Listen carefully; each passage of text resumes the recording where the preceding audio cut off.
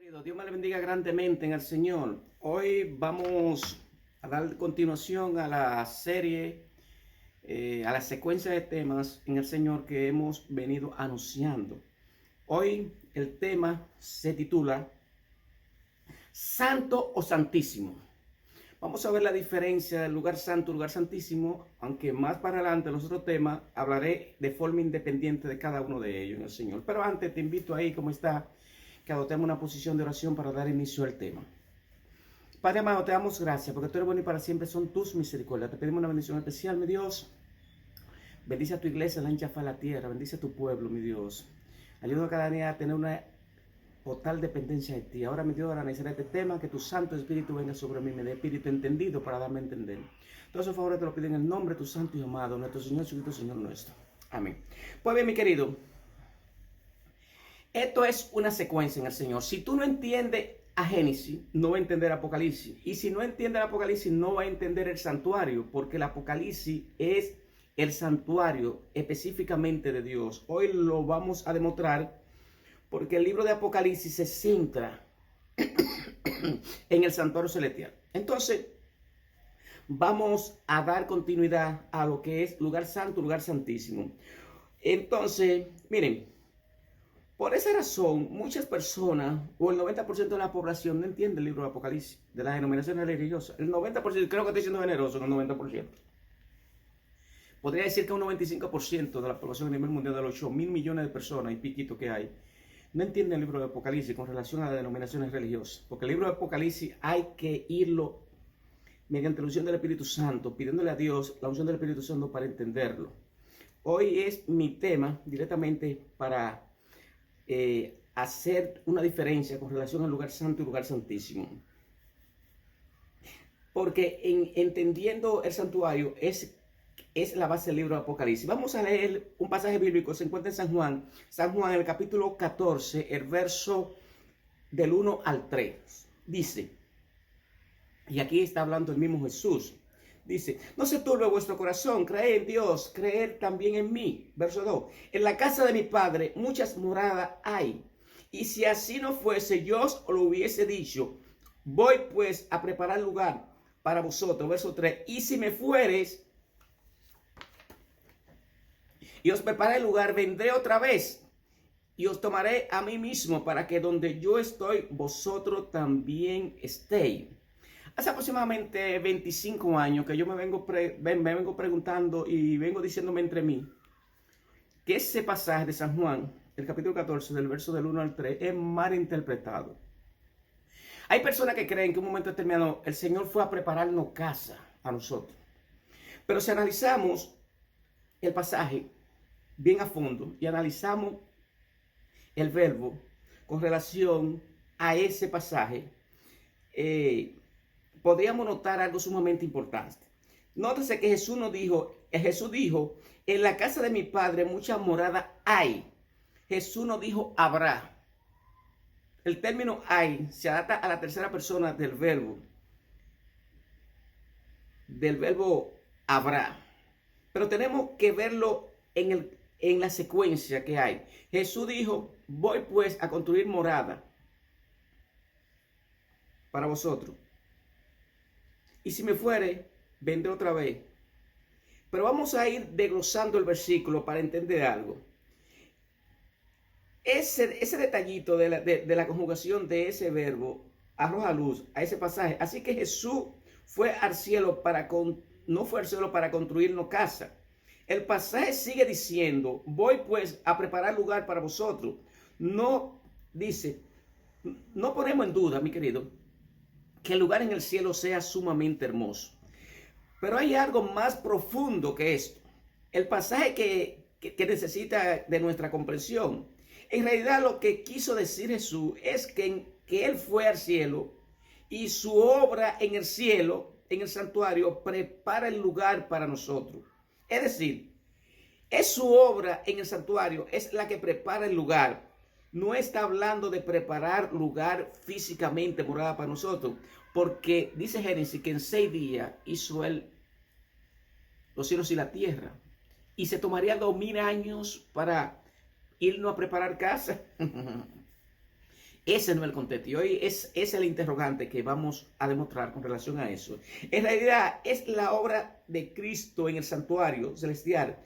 Es lo que prepara allí, lo que está preparando el lugar para el pueblo de Dios, su obra en el santuario celestial. Por eso es que el libro de Apocalipsis no lo entienden, y hoy directamente vamos a ver si nos damos a entender. Mientras tanto, que aquí en la tierra el pueblo se prepara para ese lugar.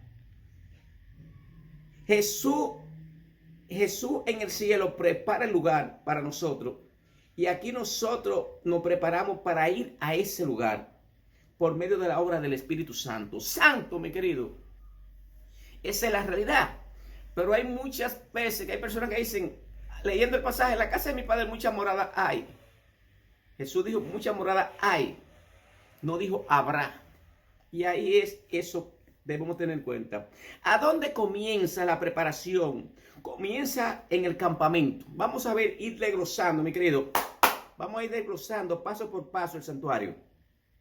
Espero que mi editor, un momento determinado, cuando yo vaya diciendo la fuente y esa cosa, me vaya poniendo ahí en el Señor. Vamos a desglosarlo.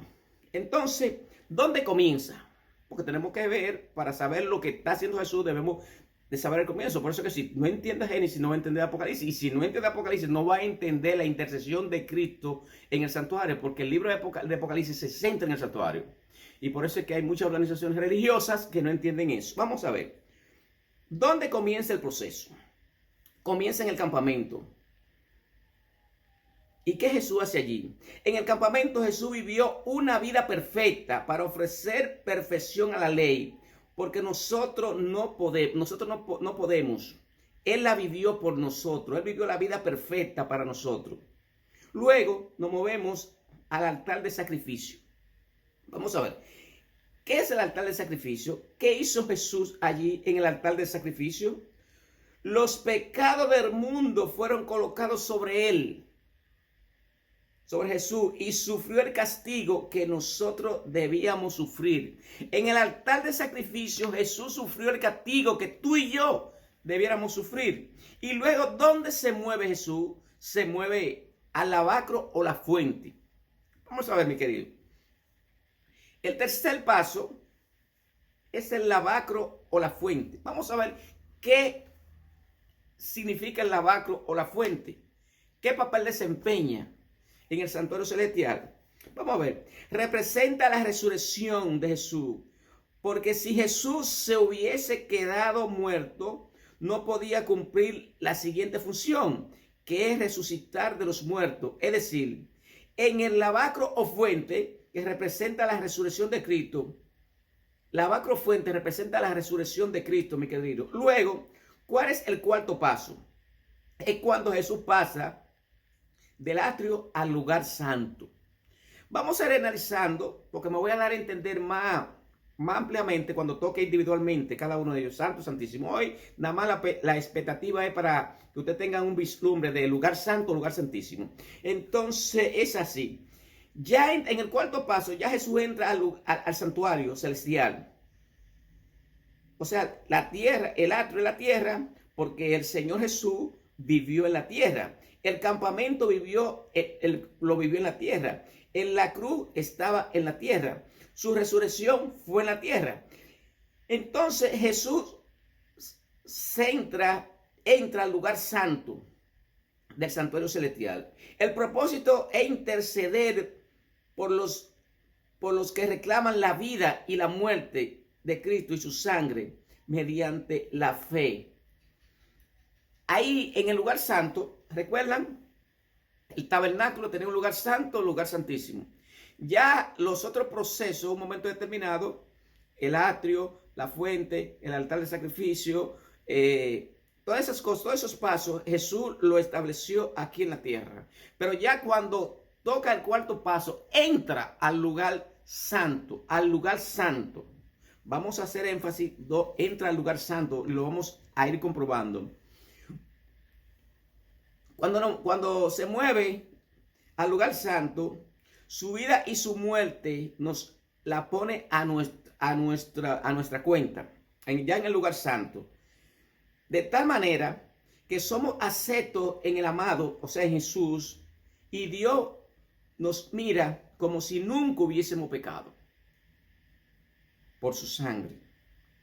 Entonces, porque la vida de Cristo y su muerte nos son acreditadas a nosotros, a nuestra cuenta. Así que Jesús intercede en el lugar santo, y nos sirve como abogado, como mediador, como garante, como nuestra fianza en el lugar santo. Entonces, la gente que se arrepiente confesando sus pecados, Él lo deposita en el santuario celestial. Jesús lo deposita en el santuario celestial. Si usted confiesa su pecado, si usted no lo confiesa, por ende, se quedan, Él no hace nada, porque el pecador tiene que reconocer. Por eso dice Proverbios, que encubre su pecado no prosperará, mas el que lo confiesa y se aparta hallará misericordia. Entonces vamos a ver, ¿qué sucede con el santuario? Cuando, ¿recuerdan el santuario terrenal? Que era una sombra del celestial. Entonces, en el lugar santo, ¿recuerdan el sacerdote? ¿Qué hacía ahí? Hacía servicio diario. Y una vez al año hacía la expiación en el lugar santísimo. Y cuando hacía la expiación, recuerdan que los pecados, una vez al año se buscaban dos corderitos. Uno dedicado a Jehová y otro dedicado al diablo, Belzasel, dedicado a él. Se le ponía la mano en la cabeza al que era dedicado a Satanás. Se soltaba, ustedes buscan eso en Levítico, se soltaba, en Deuteronomio, ustedes buscan, se soltaba. Y una vez al año, cuando el santuario era purificado, en el famoso Yom Kippur, los pecados caían sobre Satanás cuando se ponían la cabeza del macho cabrío, se le ponía ahí y era suelto en el desierto. Cargaba los pecados del campamento durante el año. Pero se hacía el servicio diario, que después lo vamos a ir llevando más en una secuencia de orden cuando toquemos santo y lugar santísimo, independientemente. Hoy estamos santo, santísimo, haciendo la expectación de qué más o menos simboliza y qué se hacía. Eso es así, estamos dando una vista panorámica en el Señor. Entonces, ¿qué sucedía con el santuario? Que el santuario se contaminaba por esos pecados. Entonces, en realidad, el que se arrepintiera y confesara sus pecados y tuviera fe en Jesús, esa persona, cuando sus pecados eran confesados, se establece entonces para saber un juicio. Se establece un juicio ya cuando la persona lo confiesa, entonces directamente, porque el santuario se contaminó, y como el santuario se contaminó, para establecer directamente quiénes están perdonados sus pecados y cuáles se van a borrar y son borrados y cuáles nombres permanecen directamente ahí, se tiene que establecer un juicio. Y esa es una de las partes interesantes que las distintas denominaciones no creen. Hay personas que creen que el juicio ya es cuando una persona muere, y están sinceramente equivocados. Vamos a demostrar lo que no es así. Por eso hay que ir directamente atendiendo y estudiando el libro de Apocalipsis bien a fondo, y el santuario. Y le insto, la única iglesia que cree en el santuario celestial es la iglesia adventista, y estamos llamados nosotros a enseñarlo a los demás. Entonces, solo hay un intercesor entre Dios y los hombres, y es Jesucristo. Luego, los pecados que han sido perdonados a través de la sangre de Cristo, cuando termine el juicio, el día de la expiación, el Yom Kippur, son tomados. Recuerdan, son tomados esos pecados y se ponen en la cabeza de ese macho cabrío. Sobre la cabeza de ese macho cabrío, el cual es soltado al desierto. Vamos a ver, en el santuario terrenal se ponía en la cabeza de ese macho cabrío, que era una simbología de Satanás. En el juicio final, mi querido, se pondrán en la cabeza de Lucifer. En pocas palabras, él tendrá que caer. Lo vamos a ir demostrando en el Señor. Entonces, ese es el proceso. Ese es el proceso de la salvación. Hay gente que creen que nada más ya Jesús murió en la cruz y ya creen que ya, salvo, siempre salvo. No. Hay pasos. Y esos pasos, no me malinterprete, esos pasos van indicando lo que es el plan de la salvación. Entonces, en ese proceso de la salvación no es solo un evento. Que Cristo murió en la cruz. Y hay personas, que Cristo murió por mí ya en la cruz, ya con eso. Salvo, siempre salvo. No es así de sencillo. Por eso esta iglesia adventista tiene el compromiso de decirle a esas denominaciones religiosas cómo y con qué se comete, en pocas palabras. Entonces, ya salvo, siempre salvo. No, no, no. No es así de sencillo. No es sencillo. Es un proceso. El plan de salvación tiene varios pasos. Cada uno de ellos es imprescindible. La vida de Cristo es indispensable.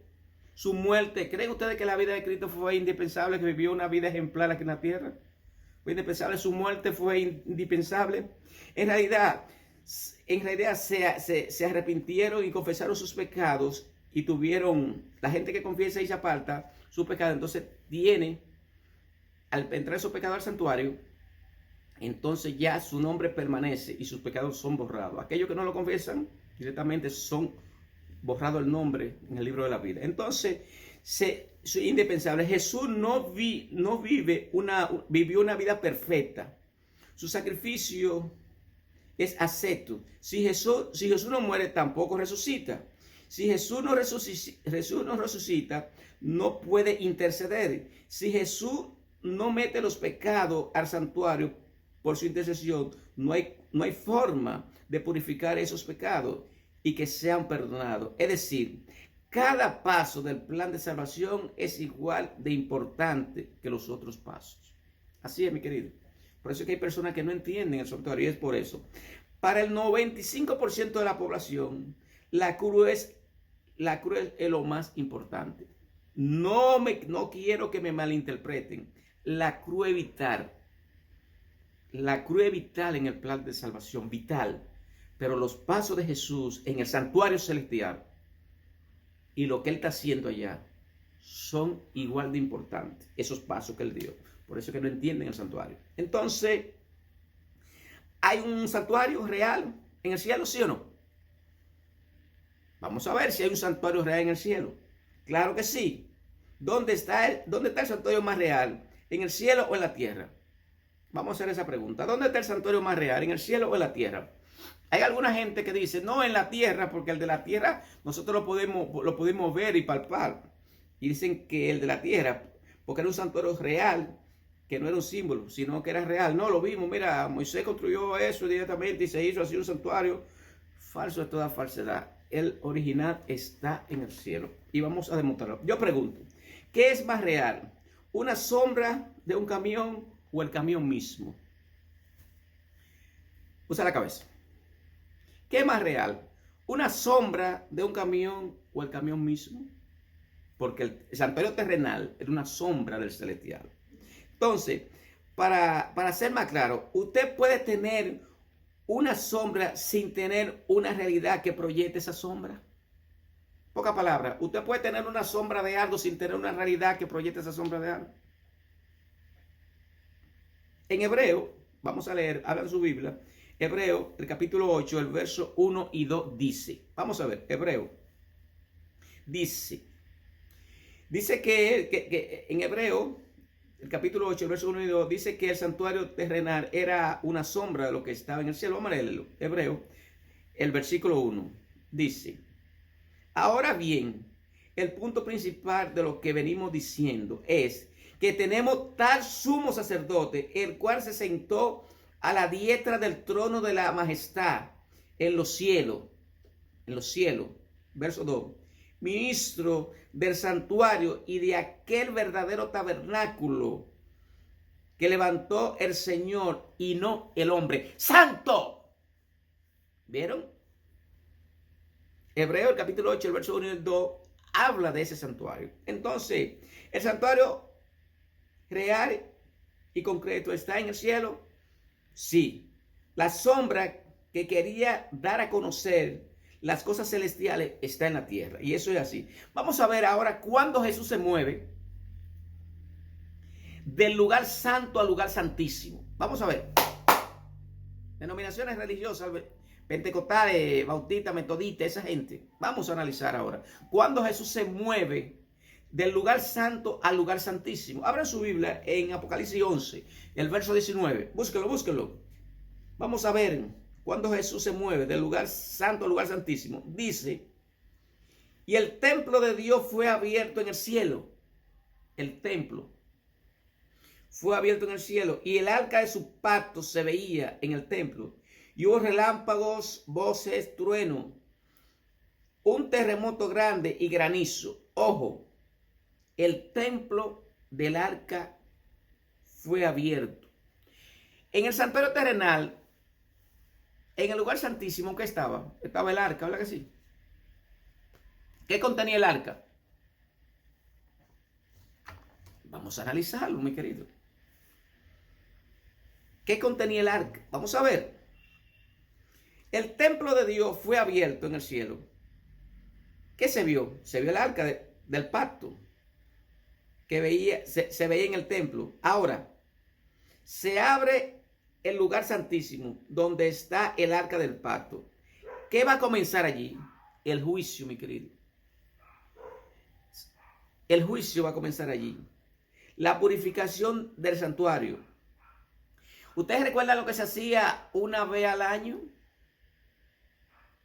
El famoso Yom Kippur, porque habían dos servicios. Servicio diario y un servicio anual. Se hacía el servicio diario en la tarde y la mañana y el anual era para la purificación del santuario. Por eso se usaban dos machos cabríos, uno para Jehová y otro para Azazel. Es una representación de Satanás. Entonces en Apocalipsis 11, el verso 19, el arca del templo se abrió. Vamos a ver algo sumamente interesante, mi querido. Aclárame los ojos. Ahora, se abre el lugar santísimo, donde está el arca del pacto. ¿Y qué va a comenzar allí? El juicio, la purificación del santuario. Yo te pregunto, ¿ese es el siguiente paso de lo que hemos estudiado según venimos con el santuario? Campamento, el atrio, la fuente, el altar de sacrificio, lugar santo, lugar santísimo. Ahora Jesús se movió en Apocalipsis, el capítulo 11, el verso 19, se movió al lugar santísimo. Seguimos. Aunque cuando nuestros pioneros estaban diciendo que a partir del año 1844 nuestro amado Jesús venía, ellos no entendían, ellos creían que el santuario que se purificaba era la tierra, pero no era la tierra el santuario que se estaba purificando, se estaba purificando en el cielo. Usted se preguntaría, ¿y por qué el cielo? Y el cielo no era perfección. ¿Dónde se inició el pecado? ¿Dónde se inició la rebelión? Se inició en el cielo. Nosotros en los otros temas vamos a ver que el conflicto fue arrojado, fue trasladado a la tierra, pero se inició en el cielo. Entonces la purificación del santuario se origina en el cielo. Nuestros pioneros, Guillermo Miller, creía que la tierra era que se purificaba. Y ahí fue que no habían entendido que Jesús pasó en el año 1844 del lugar santo al lugar santísimo. Te invito a que siga la secuencia de los temas para que vaya entendiendo bien. Porque el problema de esto es que hay gente que quiere predicar esos temas juntos. Y eso hay que predicarlo por paso para que la gente lo entienda. Si no, se le arma un cortocircuito. Y me estoy dando a entender. Por eso es, recuerden el tema, santo, santísimo. Haciendo diferencia para poder venir con lugar santo y lugar santísimo. Bien a profundidad más con el espíritu de profecía. Hoy no tocaré cita de Elena en este tema. Entonces recibieron el chasco en 1844. Ellos dijeron, pero recibimos el chasco en 1844. El santuario que se purificaba no era la tierra como nosotros pensábamos, era el cielo. O sea, Jesús pasó del lugar santo al lugar santísimo. Vamos a darnos a entender. Entonces vamos a ver, ellos estudiaron a fondo, llegaron a la conclusión que Jesús no podía venir a la tierra en el año 1844, hacer la obra, venir a la tierra sin hacer la obra de intercesión en el lugar santísimo. Jesús no podía. Llegaron a la conclusión cuando fueron estudiando más a fondo el asunto, se dieron cuenta que Jesús pasó del lugar santo al lugar santísimo y que no podía venir a la tierra sin antes hacer su obra de intercesor, tal y como lo hacía el sacerdote en el servicio diario y el sumo sacerdote en el día de la expiación en el santuario terrenal. Una vez al año se expiaban los pecados del pueblo y se colocaban en la cabeza de Azazel, un símbolo de Satanás. En el juicio final se colocarán sobre la cabeza de Lucifer por ser el conspirador contra el gobierno de Dios. Pero para eso tiene que haber un juicio, tienen que haber varios procesos, lo cual vamos a ir identificando. empezaron a estudiar, a analizar nuevamente el lugar santísimo. En el lugar santísimo, poco después del año 1844, nuestros pioneros descubrieron grandes verdades. Vamos a ver cuáles verdades descubrieron nuestros pioneros.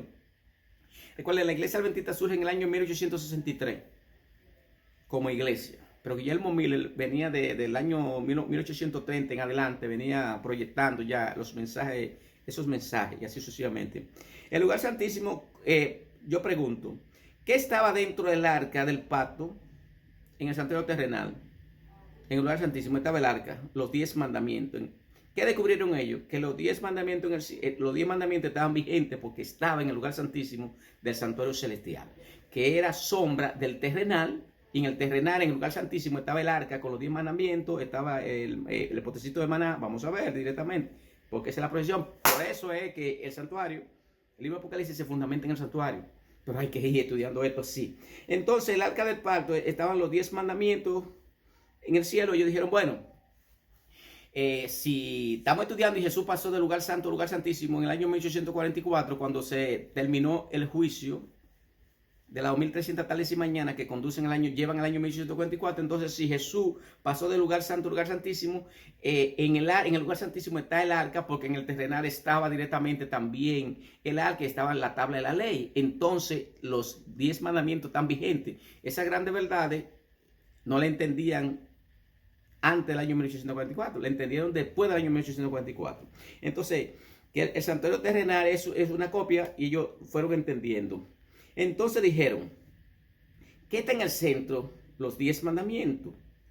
El sábado, entonces hay que guardar el sábado. Fueron entendiendo esas grandes verdades.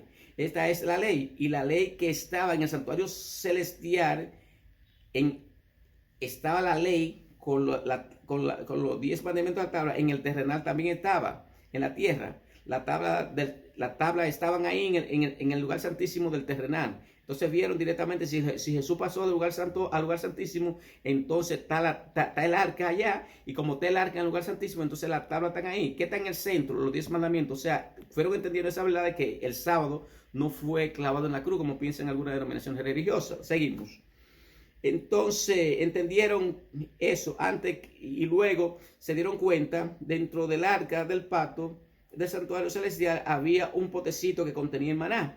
Dios hizo entender la importancia de guardar el sábado. Éxodo 16, el capítulo 16 de Éxodo, vamos a ver el versículo 25 y 26. Vamos a leer Éxodo capítulo 16, 20, 25 y 26. Vamos a ver qué caía, que el Señor le decía que durante todos los días iba a caer, pero el sábado no caía. Vamos a ver, no caía el maná. Vamos a leer. Entonces dice el verso 25, y dijo Moisés, comerlo hoy, refirióse al maná, porque hoy es el día de reposo.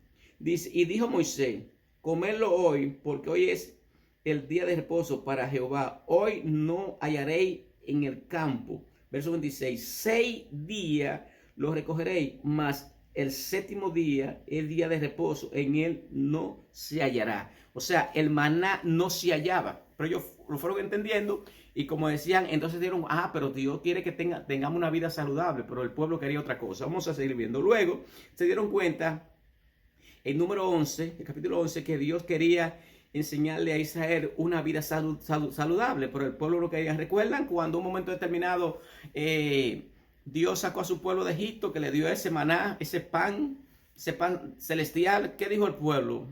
Si ustedes buscan número 11, y de un tiempo, no, estamos cansados de este maná. Danos carne como comíamos en Egipto. O sea, pedían cosas del mundo. Danos carne, lo que comíamos en Egipto. Estamos cansados de ese maná. Y se encendió la ira de Dios en un momento determinado. Y el campamento comenzó a quemarse por una esquina. Moisés comienza a interceder. Señor, pero no, tráeme a mí.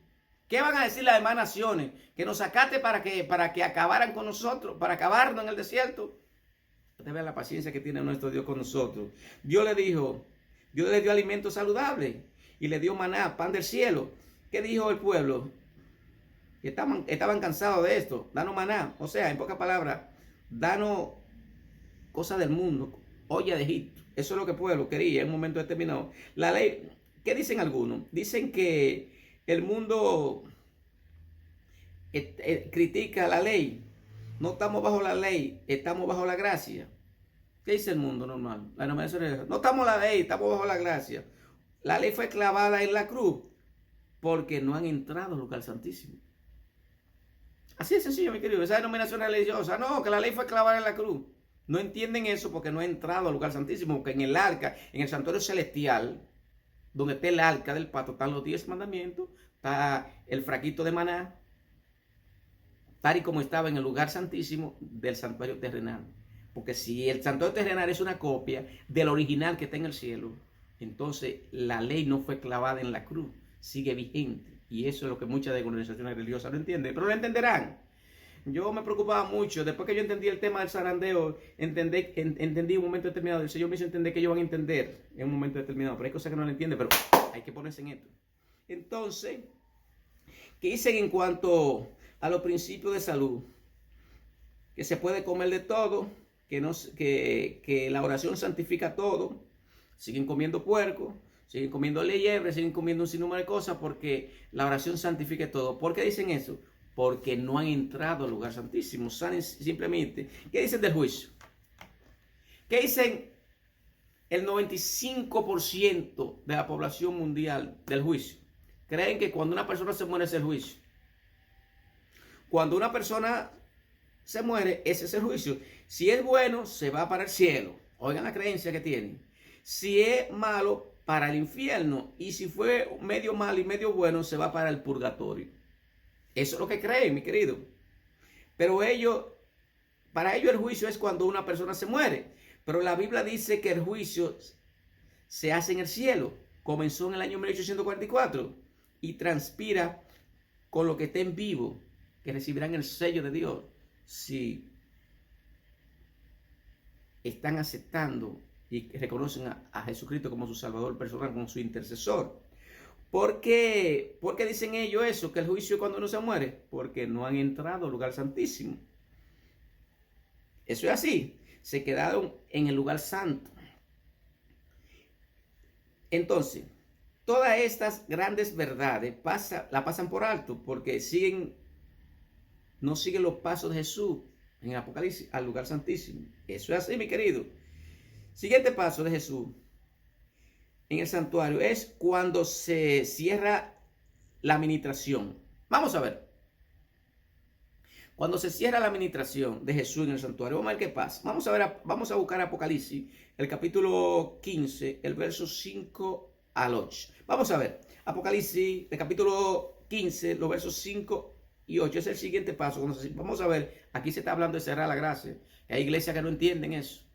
Y muchas veces algunos miembros de nosotros no entienden muy bien eso, porque son temas profundos. Y hay que darlo a conocer, así de sencillo. Y hay de aquel que lo sepa y no lo quiera dar. Vamos a leerlo. Después de esto, dice el verso 5, después de estas cosas miré, y aquí fue abierto en el cielo el templo del tabernáculo del testimonio. Recuerden, templo, se abrió. Se abrió en Apocalipsis 11:19, se abrió el templo. Sí, ¿para qué se habló? Se abrió. Para que los pecados, cuando usted confesara su pecado, Jesús estaba ahí como su abogado, intercediendo de esos pecados que usted confiesa. Aquí se abre nuevamente.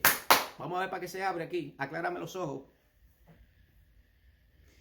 Después de estas cosas, miré, y aquí fue abierto en el cielo el tabernáculo del testimonio, y del templo salieron los 7 ángeles que tenían las 7 plagas, vestidos de lino limpio y resplandeciente, ceñido alrededor de su pecho con un cinto de oro. Vamos a ver.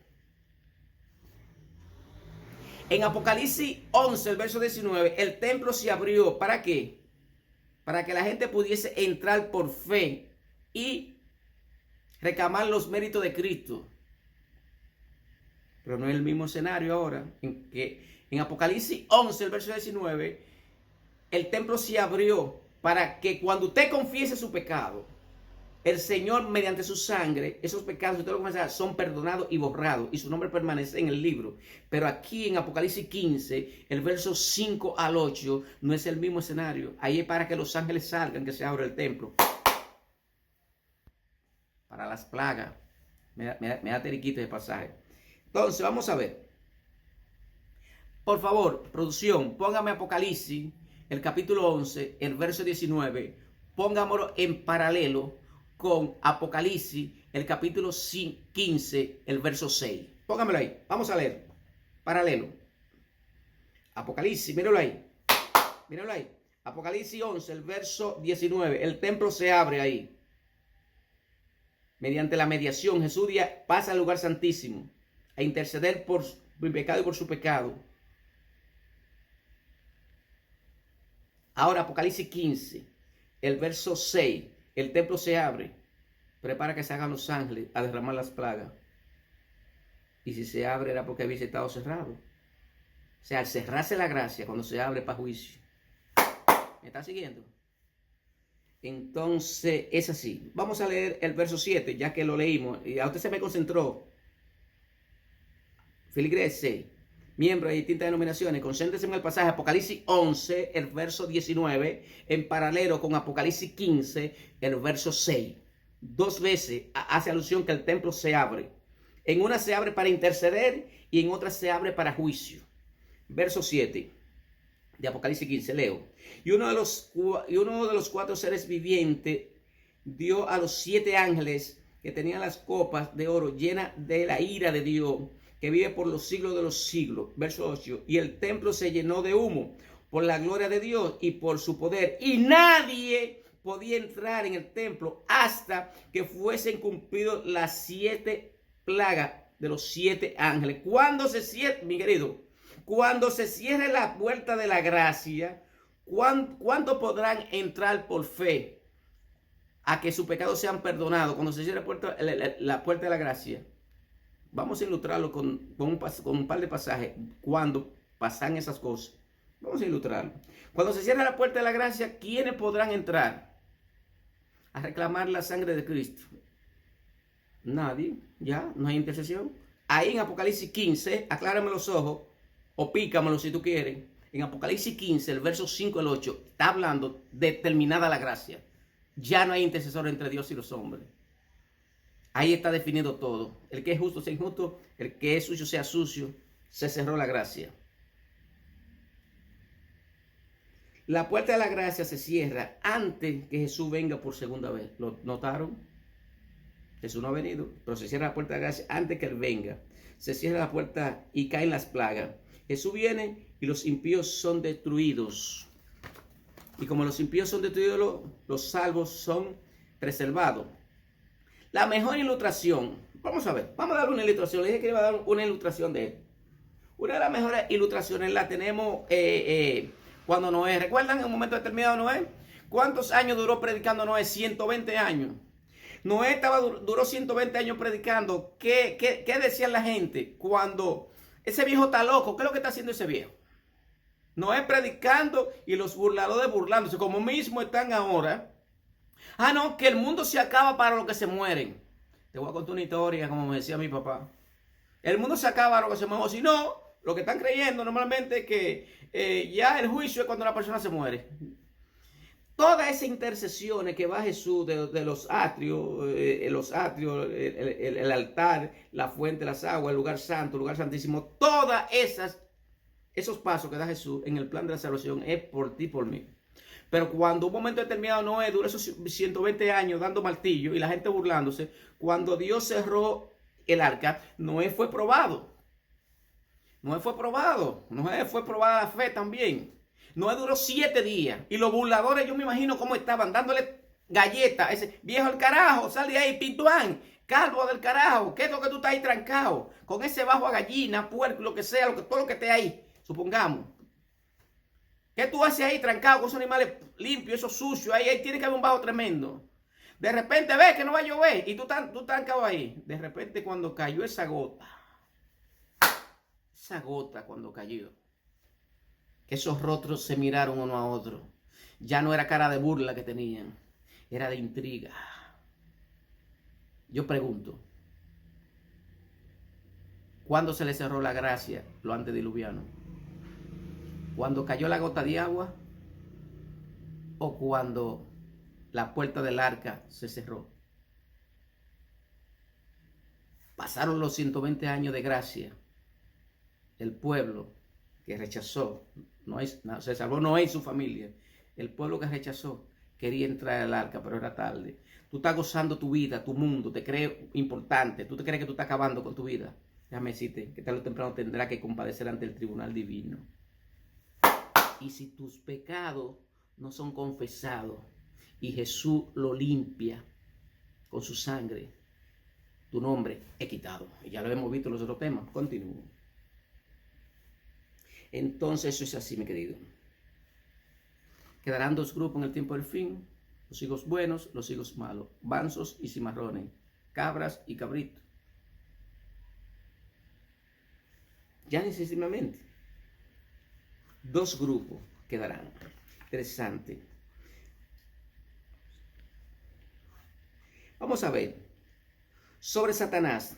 El siguiente paso es sacar los pecados del santuario y ponerlo en la cabeza de Satanás. Sacar los pecados del santuario y ponerlo en la cabeza de Satanás. Ese es el siguiente paso. Vamos a ver. Apocalipsis 20. Vamos a leer Apocalipsis 20. ¿Recuerdan a los hermanos de otras denominaciones?